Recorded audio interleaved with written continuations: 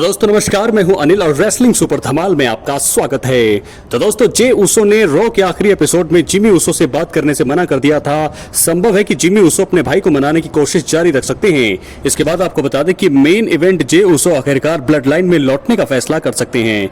दोस्तों हालांकि IC champion यानी कि जे उसो इस फैक्शन को ज्वाइन करने से पहले रोमन रेंस के सामने कई शर्तें रख सकते हैं। इस वीडियो में हम ऐसी 3 बड़ी शर्तों का जिक्र करने वाले हैं जो जे उसो WWE में रोमन रेंस के सामने ब्लड लाइन ज्वाइन करने को लेकर रख सकते हैं। इसलिए वीडियो के अंत तक बने रहें और अगर आप चैनल पर नए हैं दोस्तों चैनल को सब्सक्राइब करें। तो बात करेंगे पहले कारण का, पहली शर्त का। जे उसो WWE में रोमन रेंस को सैमी ज़ेन को भी ब्लड लाइन का हिस्सा बनाने को कह सकते हैं।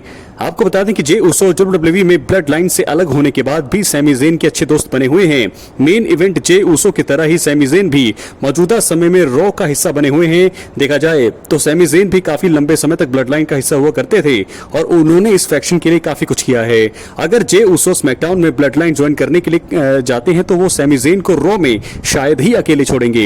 यही कारण है कि मेन इवेंट जे उसो ब्लड लाइन में उनके साथ साथ सैमी ज़ेन को भी शामिल करने की में रोमन रेंस से मांग कर सकते हैं। इस सिचुएशन में ये देखना रोचक होगा कि रोमन रेंस इस सिचुएशन के लिए तैयार होते हैं या फिर नहीं।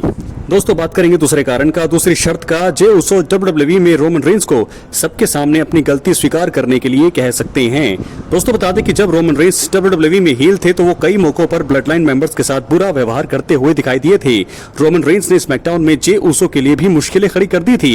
यही नहीं, रोमन रेंस ने मेन इवेंट जे को उनकी मर्जी के बिना ब्लड लाइन का हिस्सा बनाया था। इन सब चीजों से तंग आकर ही आईसी चैंपियन जे उसो ने WWE छोड़ दी, यानी कि वो उसके बाद फिर रॉ का हिस्सा बने थे। यही कारण है कि जे उसो स्मैकडाउन में ब्लड लाइन ज्वाइन को लेकर रोमन रेंस के सामने अपनी गलती मानने की शर्त रख सकते हैं। देखा जाए तो रोमन रेंस मौजूदा समय में अब बेबी फेस हैं, तो इसलिए वो शायद ब्लड लाइन लीडर के रूप में अपने द्वारा की गई गलती को मान सकते हैं। तीसरी और आखिरी शर्त ये हो सकती है कि WWE सुपरस्टार रोमन रेंस को ब्लड लाइन में सभी को सम्मान दर्जा देने के लिए कह सकते हैं।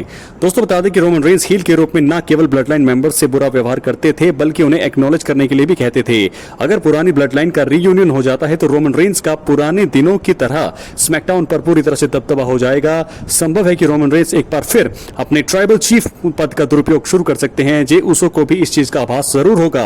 यही कारण है कि जे रोमन रेंस को ब्लड लाइन में मौजूदा सभी लोगों को समान दर्जा देने के लिए कह सकते हैं। तो दोस्तों 3 बड़ी चीजें हमने आपको बताई है, शर्तें बताई हैं, जिसके जरिए जे उसो WWE में रोमन रेंस की ब्लड लाइन को ज्वाइन करने के लिए रख सकते हैं रोमन रेंस के सामने। तभी जो है जे उसो रोमन रेंस को ज्वाइन करेंगे।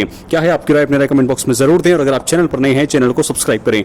तो कल स्मैकडाउन होगा तो स्मैकडाउन के शो में जरूर शायद हमें जे उसो बैक स्टेज दिखाई दे सकते हैं। तो ऐसे में रोमन रेंस और जिमी उसो रोमन रेंस जरूर बात करना चाहेंगे जिमी उसो से कि आखिरकार उन्होंने क्या रोमन रेंस ने ही कहा था जिमी उसो को जे उसो के पास जाने के लिए, या फिर कल हमें पूरी तस्वीर साफ हो जाएगी। लेकिन फिलहाल जे उसो का दोस्तों ब्लड लाइन में आना तो कंफर्म है, लेकिन वो क्या तरीका होगा, क्या शर्त होगी जिसके जरिए वो रोमन रेंस की ब्लड लाइन को ज्वाइन कर सकते हैं। फिलहाल 3 शर्तें हमने आपको बताई है जिसके जरिए जे उसो मांग कर सकते हैं रोमन रेंस से। तो तभी वो जो है रोमन रेंस वो चीजें अगर करेंगे तो जे उसो जरूर ज्वाइन करेंगे एक बार फिर ब्लड लाइन। अपनी राय कमेंट बॉक्स में जरूर, चैनल को सब्सक्राइब करें। बहुत बहुत धन्यवाद।